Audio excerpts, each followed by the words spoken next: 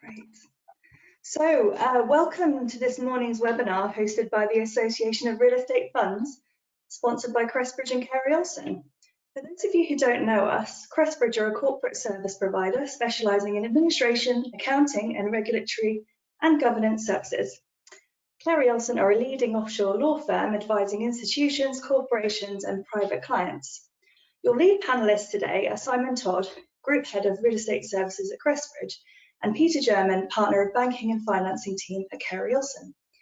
Your guest panellists are founding member and CFO of Kell Street Partners, Dean Hodcroft, and Real Estate Finance Partner at BCLP, Daniel Ansari. This morning's session will be an open discussion about trends being seen in the market following the COVID crisis and the implications that it's had on real estate financing. We want to invite our attendees to interact with the session as much as possible and make the most of the Q&A function, which is on the right-hand side of your screen, within GoToWebinar, which will be addressed at the end of the session. In addition to this, and to start, we've got 6 very quick poll questions before beginning the discussion. So, taking each in turn, we'll launch the first one, which is, have you experienced any difficulties in raising finance in your sector since the global COVID crisis?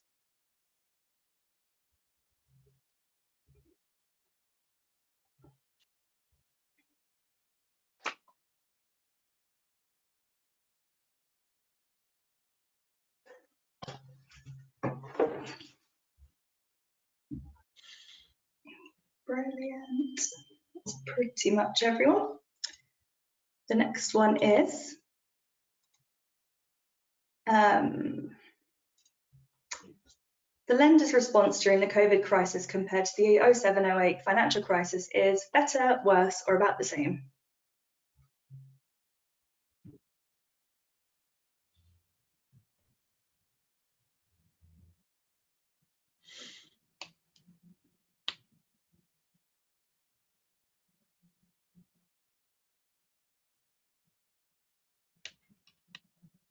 Brilliant. And the next one is, will the availability of senior debt over the next 12 months become more restricted, less restricted, or the same?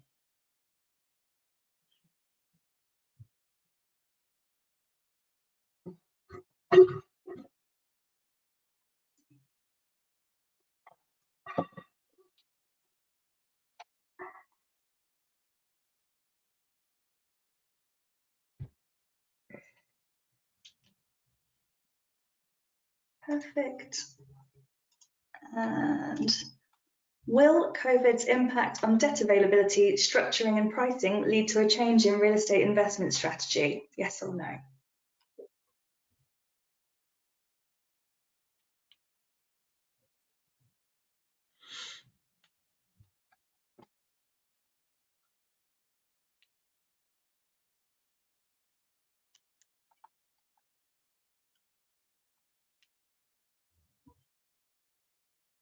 Brilliant. Only a couple more left. Will lenders' fundamental underwriting principles change as a consequence of the COVID crisis?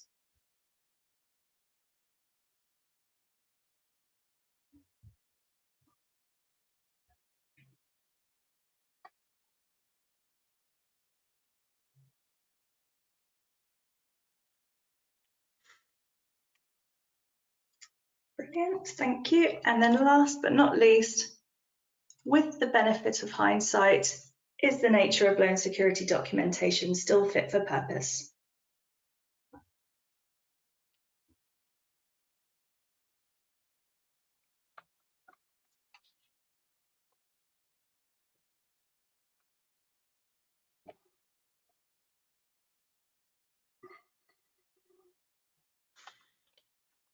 Okay, great. Thank you everyone who chipped in on that one there. We will address those at the end of the panelist discussion. To kick off, I wanted to open the floor by asking if our panelists have had any reoccurring issues or experienced any kind of war stories since the COVID crisis earlier in the year. And I'll direct that one to Peter German. Thanks, Steph.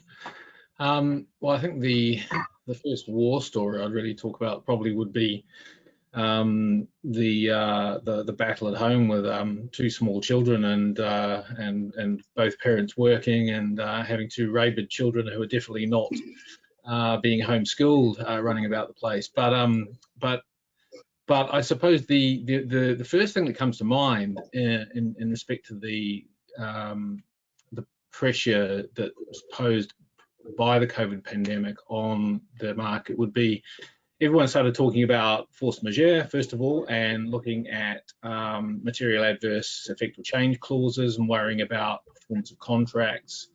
And I think largely those issues kind of got worked out, as you'd hope, because it then moved to a discussion, I suppose, very quickly about the situation for board members and talking about wrongful trading.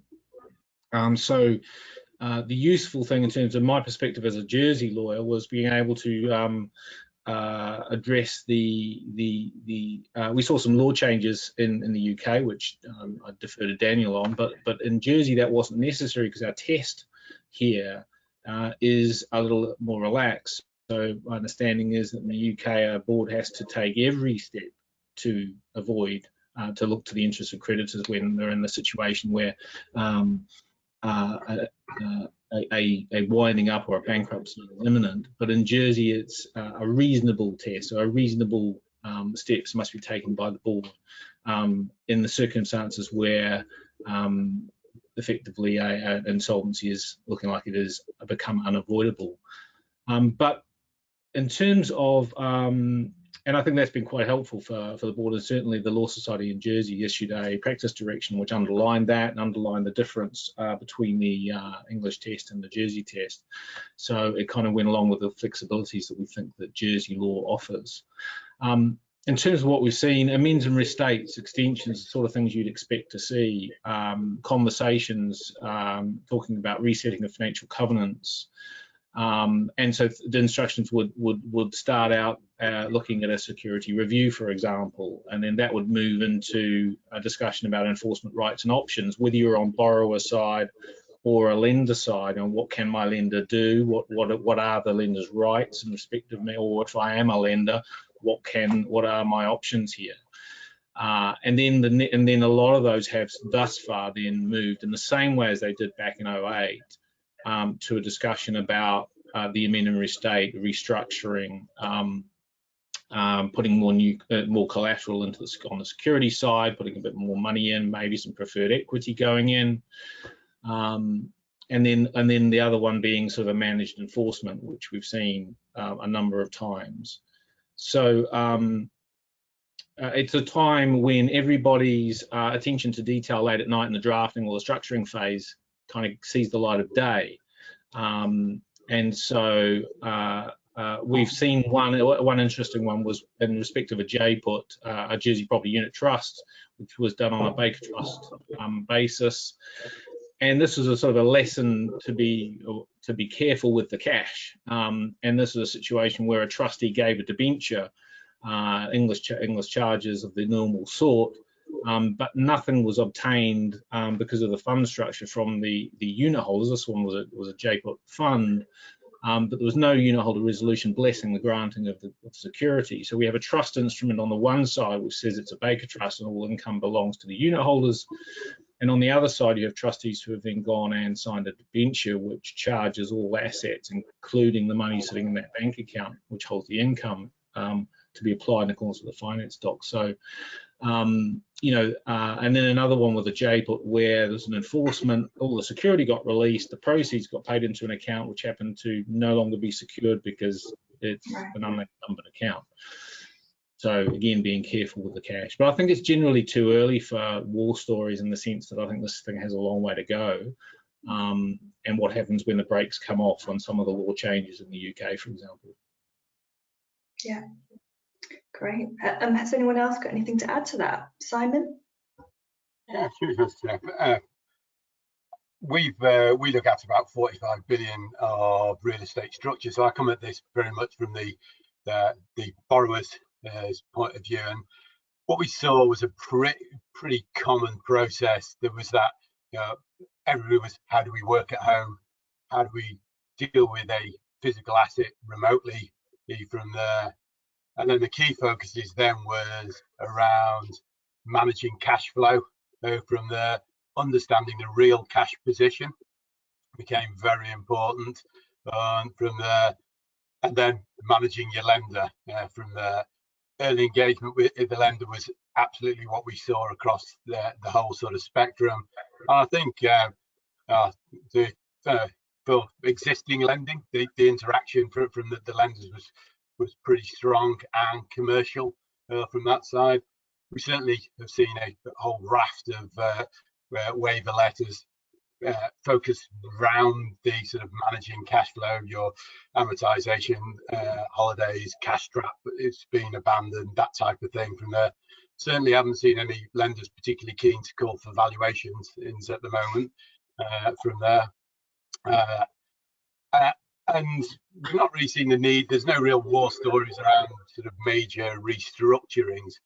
But what we have seen, which might be sort of anecdotal interest, was we've roughly just got shy of about £1 billion of real estate debt, which is due to be refinanced within the next 12 months.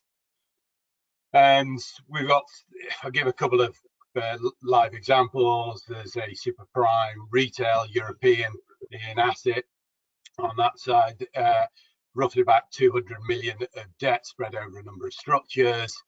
That went out to the market quite hard to place. He's from there, ended up staying with a domestic lender there and just moving it out for a couple of years, and the pricing went up on a ratcheted basis between about 15 up to 75 bips depending on the performance. But then on the other side of the equation, in terms of there is prime London office, despite all the noise around sort of fairness artists, we had a club deal there. One of the club partners ended up taking out all of the debt, which is 250 million, because they wanted to, and there was competition to take that. Pricing went up a little bit, but actually the all-in borrowing has gone down as rates have dropped. I think in terms of activity war stories, on the other side of the equation is what we're seeing in the real estate fund space and the debt funds and the private debt fund space. That's just been manic from there. That is back to working long hours to get that through. Yeah, the good old days. Yeah. When you say it's been manic, do you mean it's been manic in the sense of trying to secure financing and it just being very difficult, or just the volume of transactions the debt funds are doing with you and want to do? I think the debt funds, or both. All of the above. Yeah, all of the above. They've moved. The experience that we've been having on it is that the traditional banking lenders there have followed the sort of model of looking after their existing clients, looking after existing debt. They've got a lot of worries in terms of, I want to speak to some of the guys who's in the banking market from there. They've got a lot of concerns around the corporate debt that's sitting there, and bricks and mortar still holds security for them from that. So they look after their existing debt from there. But the people who fill the void, they have been filling the void for quite a while from the other debt fund space. And that's, people have moved towards that. They've taken up the slack. So has anyone got anything to add to that, or do you feel like the guys have covered it? I think one thing Well, I think that I would add is that as the Kell Street business, we act as a lender and as a borrower, depending on exactly what the deal is. And I agree with what's been said previously. I think we've never looked at legal documents so intensively as we have over the last 3 to 4 months, pretty much on a daily basis. But because of the nature of the crisis, it being risk of stating the obvious, it being so global and so intense, it's an existential crisis for a lot of sectors.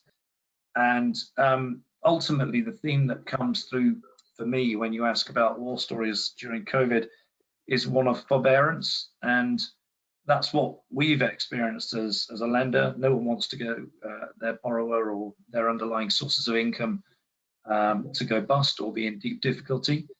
And we've experienced that as both a lender and as a borrower as well. And therefore, to Simon's point, you know, we have always been aware of, you know, the nature of the legal options available to us as lender and borrower in both parts. But we have seen and been involved in waivers, and you know, as long as the covenant defaults tend to be on the technical side, so ICR, LTV covenants, and the interest is being paid current, then we've seen an awful lot of informal and formal waivers, the degree of formality being pretty directly correlated with the complexity of the structure.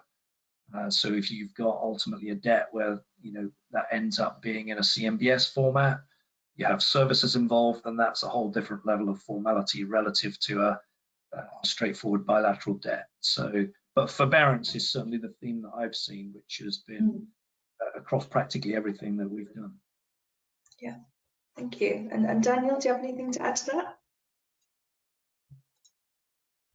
Yeah, I think I'd probably just go back to something that Peter said at the start about wrongful trading, and just very briefly just sketch out the response that, from a legislative perspective, that we've seen from the government in the UK when it comes to the activities of companies, and that's been principally the Corporate Insolvency and Governance Act 2020.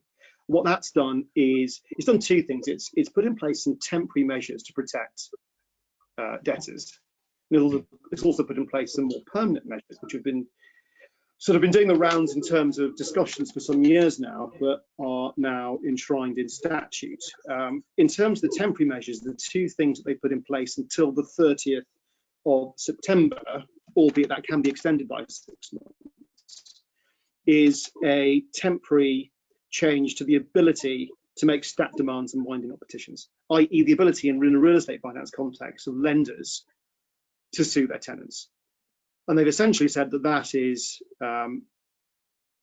you can't do that for a temporary period until the 30th of September, unless you meet a test, which is very hard to meet, which says that unless you can show that coronavirus has not had a financial effect on the debtor, or the company was already unable to pay its debts, you can't do a winding up petition. So what that's meant for landlords is that effectively their landlord remedies are gone, which has been a source of some frustration for landlords. Of course, the counter argument is all that gives breathing space. And in terms of how wrongful trading, which is the other area that's been put into temporary amnesty, really, they haven't changed the wrongful trading provisions in the UK. And for those who aren't familiar with them, put very simply, the wrongful trading provisions impose personal liabilities on directors who continue to trade in circumstances where they should have known there was no realistic prospect of the company avoiding insolvent liquidation. What the government has done is put that on ice until the 30th of September. And the reason for that is because the other plank that the governments have used to try and deal with this crisis is by pumping debt into the market and making credit more widely available to entities that are in trouble. And of course, if you're a director of a company and you are in trouble and one of your options is to borrow, get more money, the wrongful trading provisions are liable to make you panic. So by putting them on ice until end of September, the intention was to ameliorate that position. So that was just to give some context to what is and isn't happening right now, because you can't actually do an awful lot in terms of suing your tenants. If you're a landlord, that's really helpful background. Kind of working through to lenders' options. Thanks, Daniel. I was going to move on to the next question. So I was going to direct it initially to Dean. have there been any changes to the approach to asset underwriting in each subsector that you've observed, Dean? Yeah, there have so far, and I think there will have to be even more so going forward. And you know, I guess in certain sectors, the approach to underwriting will probably change for good, and there are already some signs of that starting to happen. Retail, frankly, it was changing anyway, and COVID has just exposed further some of the permanent structural changes that were already taking hold. And I guess, you know, depending on exactly where the asset is, what quality it is, the starting point of any underwrite should, I think, begin with alternative use value with vacant possession. Now that might seem extreme, but these are pretty extreme circumstances.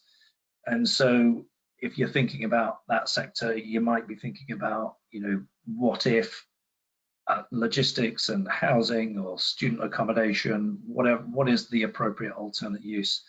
At the other end of that spectrum, which is still also, you know, to the better end of that spectrum, but still also extreme for the environment, you know, we would tend to look at the worst historic market comparison that a particular asset class in a particular market or sub-market has ever seen. And that's the way that we're kind of looking at that. And then can you get comfortable on either of those bases with what might happen if you became the unintended recipient of the keys, as it were.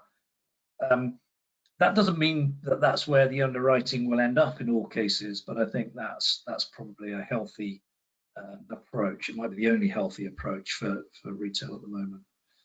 And there'll always be exceptions for dominant assets that are essential by location, by catchment, and also there are very significant geographical differences as well. So the last statistic I recall hearing was the US is 40 times oversubscribed for, or you know, over subscribed for malls compared to the UK, and then the UK is oversubscribed relative to various major countries in Europe. So there are big differences. Offices, you know, everyone has their own pet theory. I've seen and heard conflicting evidence, and people sometimes talk in their book, and you know, I guess you might expect that. I know some major occupiers with 200,000 plus people, employees around the world, have done fundamental reviews of their office footprint and concluded that it remains the same, because with, you know, internal social distancing needs, if they become the norm or indeed compulsory, then not much changes, frankly. I don't know if I fully buy into that or not, but it would seem to me that something's got to give in the way that office is underwritten, and probably not quite so brutal, but you know, some degree of historic worst possible case scenario underwriting has to be the starting point for anyone, any investor's basis or a lender's basis. And then there'll be other asset classes which you would think, just based on very favorable macro conditions, such as residential in the UK, where there's a structural undersupply, and the catch up in that structural undersupply is not going to be rectified anytime soon, that should be okay. But I think, you know, I won't go into other sectors because otherwise I'll be talking forever, but I think extreme caution in retail and extreme skepticism, listen to the evidence, but underwrite pretty hard in office. And probably the one thing I haven't touched on is student accommodation, but that's not something I'm hugely familiar with. It looks like it, you know, it should be pretty stretched, but ultimately, you know, logic dictates that in the longer term, it might be very difficult in the short term, but in the longer term, students want that sort of physical experience, and there'll be, you know, panelists better placed to discuss that than I am. Welcome back, Simon. My sense of students is I agree with you, is that many lenders are taking a 12-month view on it. that they understand the underlying fundamentals of the student in this country. And I think that the demand for student accommodation for the coming academic year is again at a record high. It's from both overseas students and domestic students. The only category of student where demand has dropped by 2% year on year is the EU student. So I think if there's one sector that's probably being seen as a temporary rather than a structural issue, perhaps it's student. Just to bring Simon back up to speed, we were just talking about the impact and any changes to the underwriting process across each of the sectors, and Dean kindly took us through some of his thoughts and predictions on that one. I don't know if you had, obviously you've missed a bit of what was said, but do you have any sort of key points on your experience and opinion on that? Yeah, sure, Steph. And I was hoping by dipping out I would have missed any difficult questions. So they've come in that to happen. So apologies for everybody. Sorry. Hopefully I'll very briefly give some comments on this. My background was prior to this being running the sort of debt desk for RBSI. So when I look back to my days of underwriting there, we were there's lots of structured lending, but it was very sort of cash flow demonstrating repayment side. I don't think in this current environment there's any sort of real sort of magic wand that aims out there to underwrite. It's go back to those basics, that demonstrate serviceability. We're already seeing a greater focus where there is a need to demonstrate your business plans and your stress testing. We've been asked by some of the banks to look at the stress testing on much wider parameters than you've ever been asked to look at it before. So the underwriting profiles around that. What we're also seeing is the engagement of equity is creating on new lending, is creating a great story behind the underwriting. So working with your equity providers is on there, showing that story to equity from there, and showing that faith that equity is giving into what you're doing, and demonstrating that has become more sort of front of house, whereas it might have in the past been slightly more around just demonstrate how the individual asset, because I think lenders are looking far more to it's not just the asset, it's the relationship, it's the people behind it. So that's a bit from there. But I think it all comes down, of which I think the guys may have been talking about at the end there. I think it all comes down to asset choice at the moment. It's the asset that makes it work. We've got live examples where the debt advisory team that we've got have got terms out and agreed at the moment for a sort of initial 25 million to 150 on spec lending, but it's for a logistics park a lot from there. So it talks all about the asset, not about the nature of the lending, nature of the debt itself in the underwrite. Hopefully I didn't repeat too much of what the others said. And you're right, Simon, about the looking at underwriting from a much broader perspective. We do quite a lot of complex lending and always have had a pretty intensive, some people might say invasive approach towards to borrowers, sponsors, and guarantee structures now, in some cases in multiple senses of the word guarantee, are now everyday discourse among the teams. Yeah. Okay. The next question that I had lined up was, from your experiences, how have the trends that you guys have observed since COVID at the beginning of the year, how has that compared to the global financial crisis and the things that were experienced back then? Can we just start on that one, Steph, before I get cut off again by my poor quality internet? I suppose in terms of lessons learned and comparisons, one of the things you're going to start off with is COVID is a medical crisis, is with the economic implications and global financial crisis was liquidity, a credit moving into a solvency crisis. I think, as we'd saying before around some of the corporates on that solvency bit, and the Daniel and Peter may be able to sort of talk a little bit more around this as well. I think we've got some more disasters to come, unfortunately, down the line as people have sort of leveraged up. The other bit about the comparisons is this is genuinely global, and the financial crisis, although we call it a global financial crisis, wasn't from there, and there were still economies that the world could look to. Everybody was impacted. China's GDP dropped, but it was still growing at 9% during the financial crisis, and they're not giving their predictions out quite in the same sort of levels now.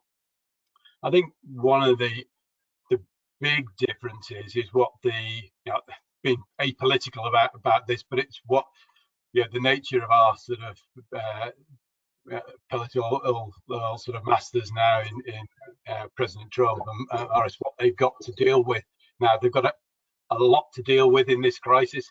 Is that if you look back to the way the timing and the sort of manufacture and management of a resolution was done last time, we had Northern Rock, the subprime in 2007. Lehman's went down on the sort of 15th of September 2008. By the 3rd of October, the US had put 70 billion out in their asset relief program. 10 days later, Brown put out another 500 billion to bail the banks out at that time, really ensuring that the sort of sausage machine that is the economy didn't stall all from there. And where we are now, there are so many variables that was going on and more uncertainties that in terms of similarities in the debt side, I think, well, I suppose on a positive, I think the banks have definitely learned from where they were last time. There isn't sort of the blind panic because they're not dealing with their own in-house crisis in quite the same way from there. So there's been a real positive from learning from that experience, that they are in a better shape now and have acted very commercially in the cases that we've been dealing with from there. And I think on the positive side, compared to the financial crisis, if you read what Preqin have got out at the moment, just in the private debt market, there's 85 billion of dry powder sitting out there at the moment waiting to be deployed. So the credit is there. It's just understanding, maybe going back to the underwriting question, it's understanding where you've got to put it is harder in this space, I think. Yeah. Daniel, do you have anything to add to that? I mean, I think I agree with that. I mean, for me, the main difference between now and the GFC is that the GFC was really, to my mind, was there was a disconnect between asset values and liability of the entities that own them, which led to the restructuring of companies' balance sheets. This is a liquidity problem in that there isn't rent coming in from a lot of entities that lenders have got positions with. One of the other interesting aspects of what's happening now is, well, obviously leverage is also a lot lower. And I remember in the days of just before the GFC, there were 100% LTV loans being made, sometimes 105% LTV loans, which would then be securitized and then be valued. Leverage is a lot lower now, which is a good thing. I think is definitely a lesson learned. But also, what I'm sensing COVID has done is it has exposed some existing weaknesses in certain sectors, and is really accelerating and exposing those weaknesses. So if you take an example of TM Lewin, which is, I think has just gone through now, TM Lewin have used an insolvency process as a way of essentially shifting their business online. They've done that very effectively. They've essentially left behind a large number of occupational stores and are operating in a different way. Now, arguably, that was a direction of travel that much of retail was going in any event. So I think that is one big difference between the GFC and what's happening now, is that this is almost acting as a catalyst for change in certain sectors. But it's hard to compare the two because we're right in the middle of it still, I think. Yeah. Early days still, believe it or not. Doesn't feel like it. Dean, do you have anything to add to that one?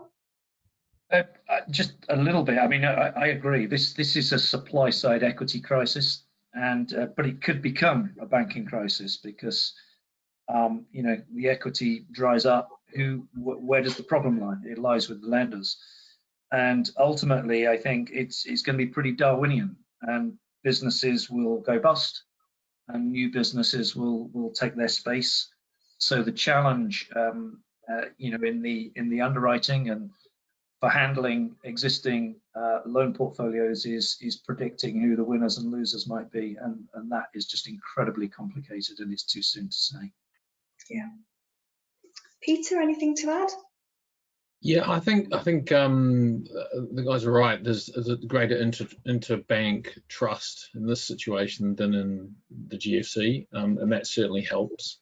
I also see, the way I see this one is that this is almost turning some sort of basic economics that we generally understand, or even someone like me understands, it's a human density crisis, if you like. It's businesses, so it goes to the underwriting question as well that Dean spoke about, and Simon, about the fact that, you know, usually we're interested in seeing that people can maximize use of space, whether it's retail, a concert hall, a stadium, whatever it might be, footfall in the retail space. But all of those things kind of are negatives, if you like, once you start looking at it from a pandemic situation. So looking at an underwriting criteria, suddenly you've got, well, hang on a minute, your business model depends upon high human density in simple terms. So you kind of got a new yardstick that perhaps wasn't thought about before, or was thought about as a positive previously, which now it's not quite so. So I think it's right. It's very sector specific and difficult to draw comparisons. I think, but the guys are right. It's got a way to go. Yeah. And then my next question is more down to the nitty gritty, really, which is the finance documentation itself. Daniel, are there any issues that you've noticed on the documentation for financing? And are they still fit for purpose? Have there been any lessons learned? Could you take us through that? This is the really interesting bit of the session, isn't it, when everyone drops off the call?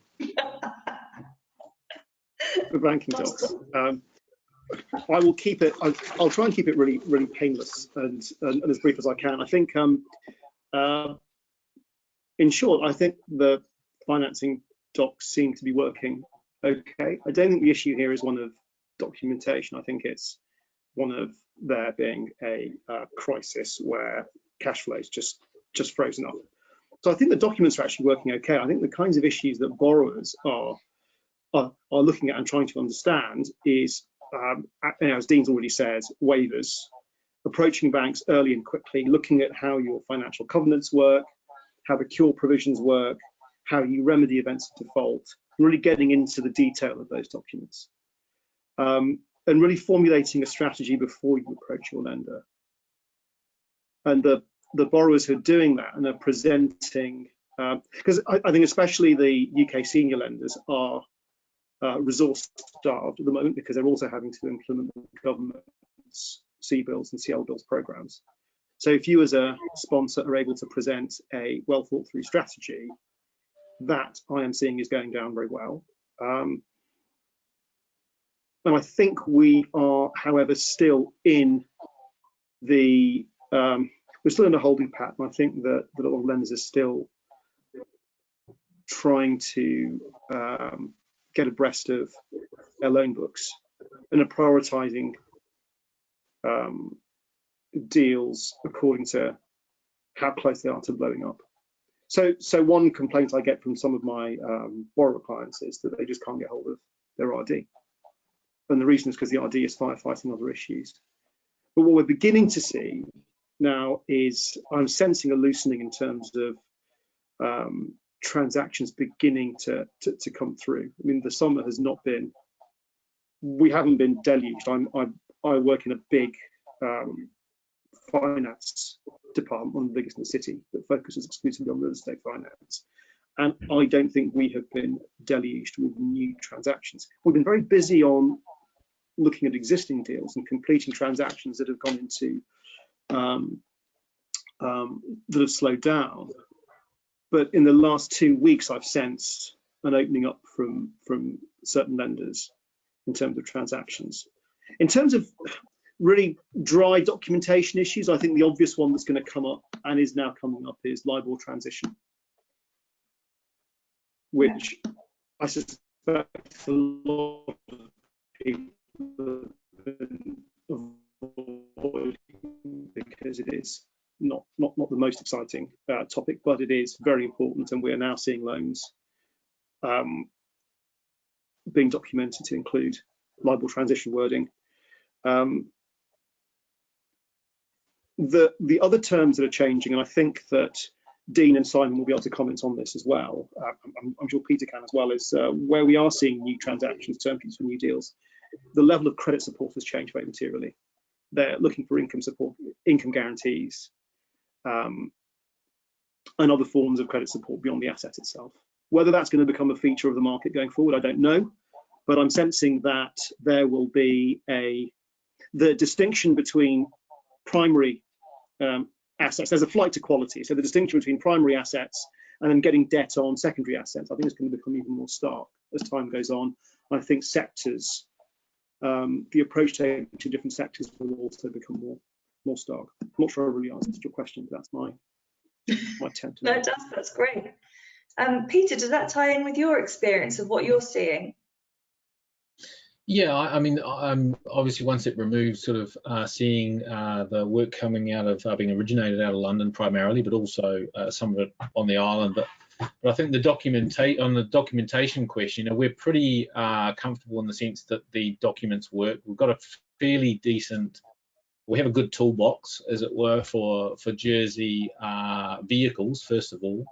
And then when it comes to the lender side, being able to lend in a comfortable way, the security options and enforcement options are pretty good. Flexibility in terms of intangibles, so security, which can be allows self-sale or appropriation, or a sale which can vary, can be made bespoke depending on the nature of the asset. We have clients come to us asking what are the rules around an enforcement process, and what do we have to do in terms of how do we have to hold the sale? Well, valuation issue depends upon the asset. It's whatever is appropriate that's going to discharge the relevant duty to take all commercially reasonable steps to identify the valuation that ought to be applied to that particular asset. And then in terms of the letter of request route, in terms of placing a Jersey company, for example, in an administration in the English courts, is what's been recently described by the judiciary here as a well-trodden route, much to the surprise of my colleague who was the advocate in the courtroom at the time. But it has become fairly well understood, well trodden, and a route that, so long as the Royal Court of Jersey is comfortable, it's not going to embarrass itself in making the letter of request, i.e., it's not going to get knocked back by the High Court, then that works too. So, and we've seen. I've kind of been pretty heartened by the resilience that I think the Jersey offering has in terms of the structures, and REITs very attractive at the moment. JPOTs still have their flexibility, working for STLT reasons, can be transparent. The other thing that's going on, it's not relevant to documentation, but clearly Brexit started us down the route of weak sterling. COVID seems to have continued that, so investment into the UK has continued for that reason. I won't comment. This is not a Brexit discussion, but clearly there are some spin-offs. Yeah. Dean, do you have anything to add to that before we close the panel off? Just very quickly, yeah, I agree with what Daniel and Peter said, and I think regrettably having as a lender to be more invasive around you know, the extended aspects of credit support and more guarantees, ongoing sort of income and net wealth testing and attestation, that I think that could well become a permanent feature of what lending looks like going forwards. Brilliant, thank you. And Simon, closing? Yeah, so I suppose, you know, I can't really sort of comment on the sort of the legal documentation side of that, and give you a couple of anecdotal ones. Certainly seen some of the structures who've looked quite closely at the majority lender clause, or not so much for them, but for the way that it's driven the way that the club has worked together or not worked together from there. But that really comes down to selection of sort of club members in that debt piece. There's a few people wishing they'd looked at the cure rights a little bit closer within the documentation from there. I think one, slightly to the point of cash flow, and a anecdotal one from a asset manager looking after a large retail centre, who explained to me in a meeting, he said, I just want to explain to you what a lease is with a retail tenant. A lease is now something where a landlord has an obligation, but the tenant can ignore everything in it, and the government's letting them do it from there. So I think when it comes down to it, you have the documentation, and sometimes you can have the rug pulled from underneath you. Brilliant. Okay, well, thank you everyone for that. So I will now move to share the results of the polls with the attendees. So have you experienced any difficulties in raising finance in your sector since the COVID crisis? The majority has actually come back and said no.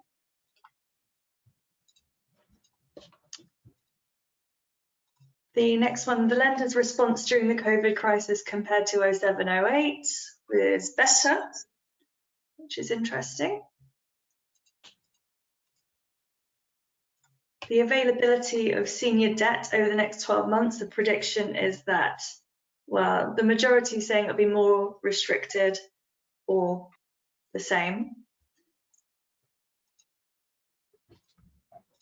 COVID's impact on debt availability, structuring and pricing will lead to a change in real estate investment strategy. The majority is saying yes, unsurprisingly. Lenders' fundamental underwriting principles changing as a consequence. Majority said yes. And lastly, with the benefit of hindsight, is the nature of loan security documentation still fit for purpose? The majority have said yes. So, panelists, were there any surprises in there? Do you have any comments to make on the results of the polls? I suppose I don't sort of disagree with the results. In fact, it's quite heartening in some of them. I think the last question around the loan security documentation, I can see Peter and Daniel breathe a sigh of relief, because if everybody had said no, they might have been slightly in trouble. So that's a good result for the panel. But yeah, generally I think it's in line with what I expected. I suppose the one about the very first question about raising finance during this period, to be quite sort of resounding no, or a significant majority to say no, they haven't had any problems. That's a little bit surprising, because some of the stories are it's quite hard depending on where you are asset wise. Yeah, that's certainly what I've seen. Has anyone else got any comments on the results? Yeah, the only thing that I thought was slightly surprising was, and maybe it's because not many organisations who are attending the call have tried raising debt during the last 4 months, which wouldn't surprise me. But I think otherwise I'd have expected there to have been pretty significant difficulties, but the number was down at 29%. The other one that initially surprised me, and then I thought, actually, no, it's not really that surprising, was documents being fit for purpose. And I think, to use Simon's expression, it is pretty heartening that I think a very wise audience accepts that you can't contract for every eventuality, and it is still fundamentally a relationship business as much as it's about the legals. Yeah, brilliant. We're running out of time, so I'm going to take this opportunity to run through a couple of the Q&As that have come in during the session. So starting with this one being, are there any anticipated trends for liquidity across sectors? Does the panel foresee any issues or foresee any areas being particularly difficult? I will address that one to Dean, if that's okay, Dean. Yeah, sure. I think it's essentially some of the areas that I covered in the underwriting discussion. So retail, yeah, approach with extreme caution. Doesn't mean it can't be done. And there'll always be specific reasons why an asset or a location or a micro location is a good good bet from a lending or an investment standpoint. Office, I think opinion is very much divided, and it's too early to say. Serviced offices we didn't really touch on earlier on, but with a good model and strong service, that could be an interesting kind of area. Student we touched on. I think short term a little more complicated. Longer term, the student experience by and large is about being together in an environment, and Peter's very smart comments on footfall necessitating and kind of changing benchmarks need to be borne in mind in that respect. I think resi in countries where there's a very significant, and will be for some time, macro persuasive argument like the UK, that will still be a strong play. I think cutting across all of the different sectors and maybe picking a theme, the area where there is likely to be good opportunity, especially among the non-banks, is development, because it is more complicated, it's harder to underwrite, and I think also that some of the regular banks may feel under some governmental pressure to support the clients that they already have, which maybe leaves a bit of a gap. Brilliant. Do any of the other panelists have anything to add to that? Great. Simon, were you going to say something? Yeah, reiterate what Dean was saying on the development side. For our clients, that strategically, there's the lead-in time, there's the construction element. There are a lot of factors there that people are liking, which I think it feels slightly dangerous to be saying that, because development is always one of those ones that can you let it up, can you do the space, but again it'll come down to sort of sectors, but there are a lot of positives for development. Yeah. Okay.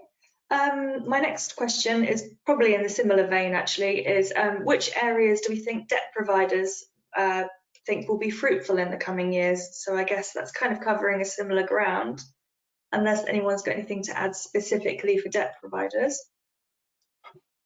I suppose the key thing is that anything that you can show a clear cash flow on from there. So your sort of life sciences, science parks, your logistics space that sort of bucks the trend but shows a clear cash flow piece. Thank you. Okay, I think we've got time for a very quick question before closing things out. So were any of the panelists surprised about any activity particular in the market during the coronavirus pandemic or so far?